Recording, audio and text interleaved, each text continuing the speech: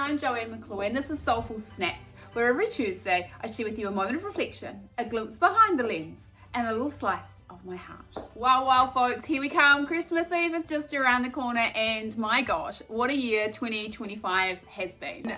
The most fulfilling, the most rewarding, the most evolving, and I only came across that in the horoscope world that it was the year of the snake, the year of shedding. I'm like, shit, we've shed quite a bit. We've shed 45, 47 kgs, and we've found me. And I'm so blessed to have such a beautiful, beautiful son, Ryan. And we've done some cool adventures. I've done lots of new things.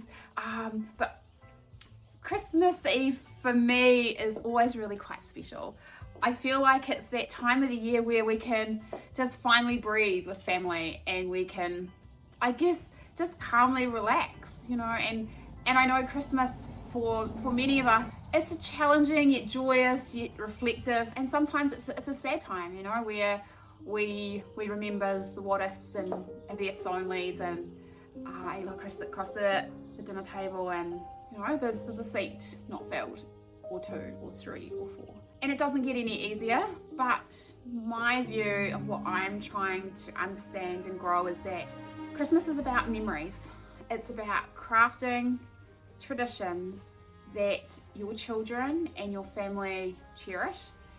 And it's really easy just to think it's another day full of stress. For some, it's financial pressure, overextending. For some, it's being around a table with a group of people that you'd really not put on your top 10 list. But yet it's still quite a day in our calendar. Sometimes we want it to be more, to give more, to feel more.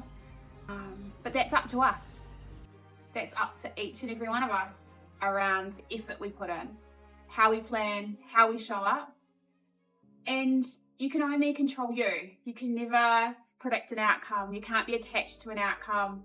It's simply about what would I like those loved ones around me to remember about this special time, this special day. So I'm not as planned as I was hoping I was going to be around, you know, crafting a little tradition, but I think I've kind of got it. It's easy, it's simple, but for me it's about just connection. And so we'll be in the kitchen, we're going to make a little something, and we're going to decorate a little something. And for me, in 10 or 15 years time, I wish to look back and think, I love that Christmas Eve tradition we started, that we had intentional time together, we laughed, we might have had a few marshmallows and chocolate fish out to nibble on. But it was something that just become that's just what Christmas is. And for every one of us, there is different things and people that mean Christmas. And for me, this Christmas is quite different. Christmas for me is my nan. For me is my nan coming down and staying with us 2 or 3 days before Christmas, and tours of the farm, and barbecues, and swims in the pool, and sitting out on the concrete terrace in a deck chair, and eating way too many chips and way too many cheese and crackers. But that was Christmas. That was Christmas Eve. That was our build up to Christmas Day.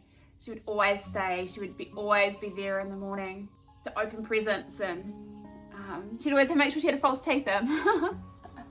But she, you know, she might have started in a nightie, but it didn't take long, and she was soon dressed. I just loved looking across and seeing the joy in her eye. And then mid-morning, the matriarch manner of the house would kick in, and it was like, right, now we need lunch. So she's into it. She's in the kitchen. She's slicing lettuce so fine that I don't even know it really turned into lettuce in the end, but by God, it was amazing. I don't know how her lettuce salads always taste good, but they were divine. I think it was just the way she cut them.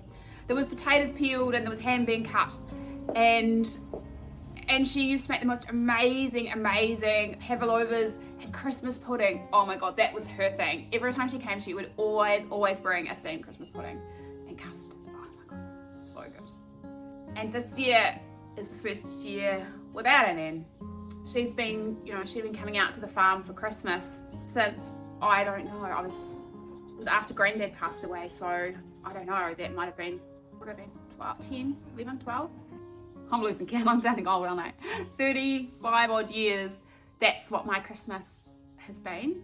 And then, you know, my nan was in her 100th year this year, and I'm trying to think. I think we've only had the last maybe 3, 4, 5 Christmases at tops where, you know, the travel down's just been too much for Nan. So she spent it with her other children in Christchurch, which has been awesome. I know we've been greedy, you know, we, you know, didn't like to share her.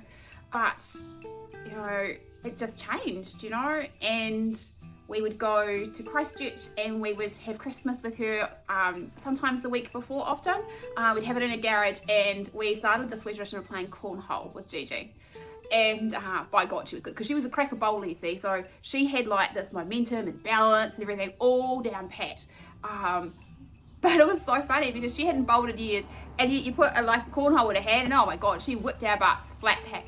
But I've got these beautiful photos and videos of her playing cornhole, and that for me is just the most, you know, beautiful thing. But Christmas Day didn't feel the same, you know. Both Shane and I, we were around the table with Mum at her place for lunch, and it was this thing we felt. Like, it was like, hey, this is great, this is Christmas, but it's not really Christmas. It's not what Christmas means to us.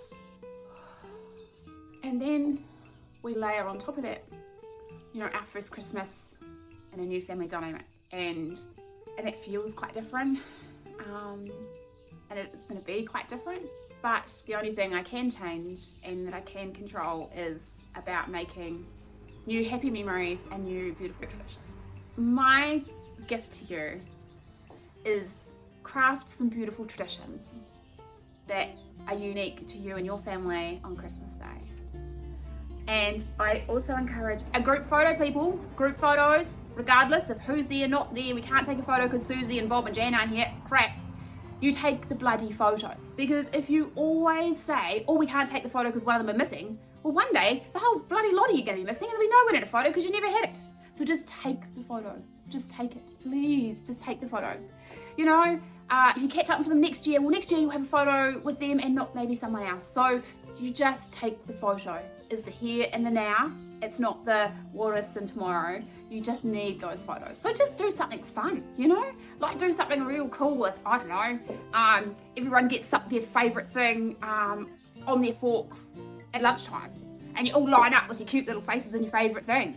For some it might be ham, some might be turkey, some might be potatoes, some might be with butter with a little bit of potato, some might be carrots, some might be tomatoes, some might be cucumber, some might be cheese. Like, just your all little wee fork, like this is what Christmas means to you. You can do the same thing with dessert, you know, like if you've got a big gathering and there's lots of desserts. You know, everyone brings their dessert plate up and you hold it up at a wee angle and take a cute wee snack. Like there's so many things that you can do. You know, a real cool tree, all the kids just simply sitting underneath it eating their dessert. Doesn't have to be this hard orchestrated thing, but a group photo in time. Let's go make a bonfire. Let's go dig a hole. Let's go make mud pies. Let's go get the makeup out and dress up. You know, they are the things children remember forever. Do they really need another toy, another widget, another gadget? Most probably not. But what they will treasure forever is your intentionality of doing a date. So thanks for spending a few quiet moments with me. Until next Tuesday, keep noticing the beauty, hold space for the moments that matter, and don't forget, your story is worth telling. So from my heart to yours, Merry Christmas, and I look forward to checking in with you just before the new year. My heart to yours, lots of love, Joanne.